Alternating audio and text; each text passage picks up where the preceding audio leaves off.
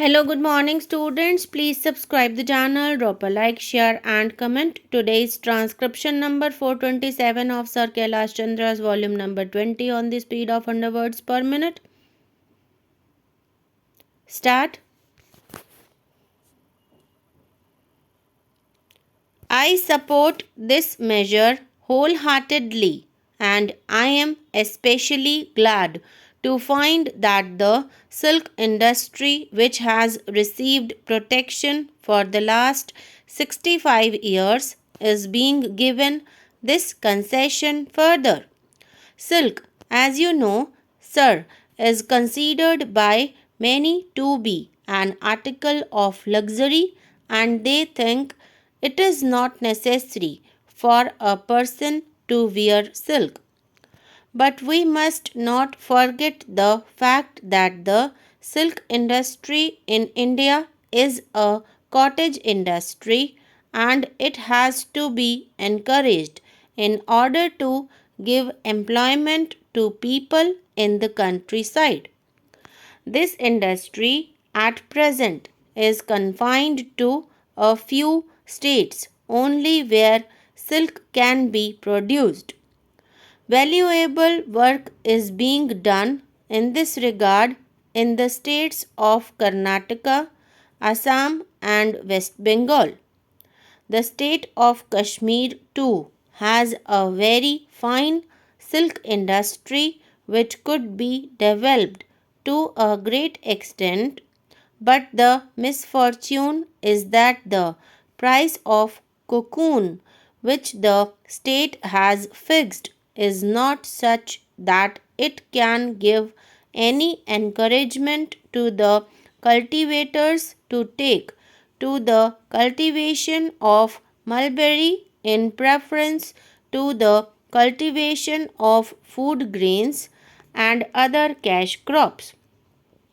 When I was a member of the Central Silk Board, I had occasion to visit Kashmir to attend one of its meetings of the Standing Committee, and I had a talk with the Director of Sericulture there, as also with the Chief Minister of Jammu and Kashmir, and I, along with other members of the board, tried to impress upon the Chief Minister that it was very essential for the development of the silk industry in Kashmir that the purchase rate of cocoon should be increased by the state, which was a monopolist in its purchase, and he had agreed to look into the matter.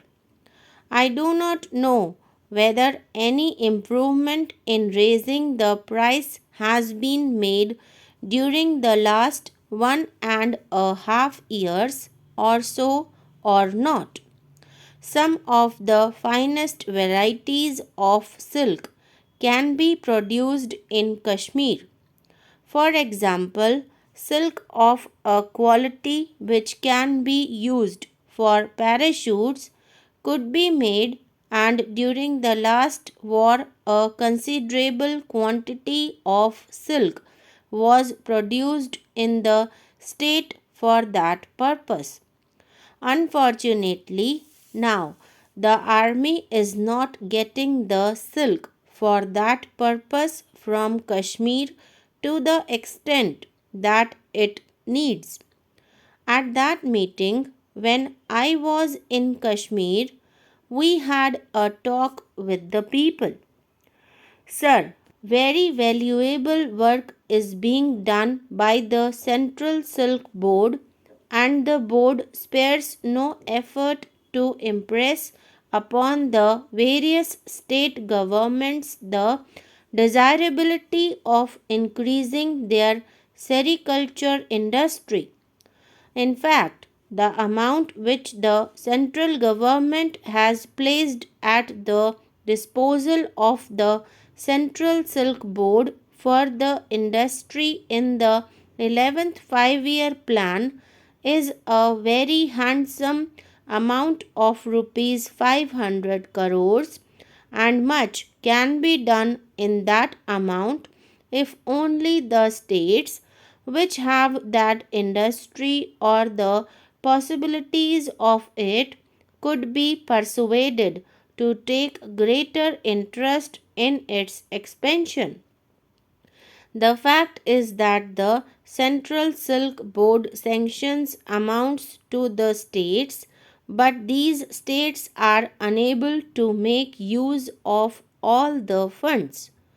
On inquiry, it has been found that their main difficulty is that they had not sufficient personnel at present well trained for that kind of work, and consequently it is not possible for them to develop the industry to the extent it is desired.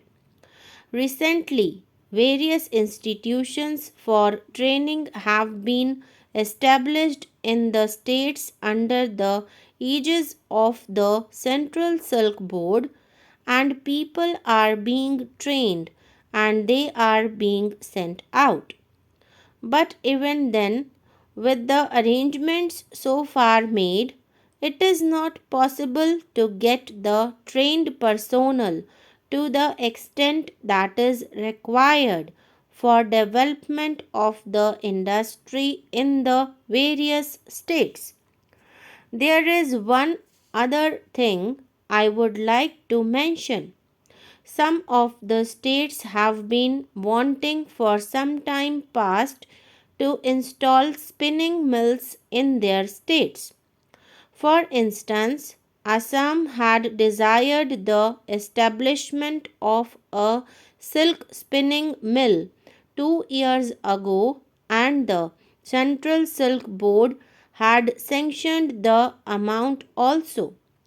But when the state pressed its claim before the central government, difficulties of foreign exchange were placed before it, and on account of this, it was not possible for that state to establish a mill.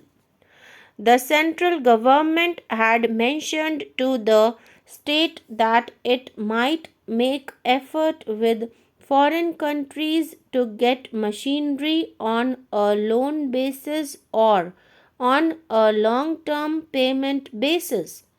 But so far, I do not think anything has been done. Then, sir, there are three other states, Bihar, West Bengal, and Kashmir, which pressed their claims to set up spinning mills during the time I was on the standing committee of the board. I thought that it would be useless sanctioning a mill for any one of these states unless the government of India was prepared to spare the foreign exchange for import of machinery. A subcommittee was formed by the Central Silk Board to decide this matter.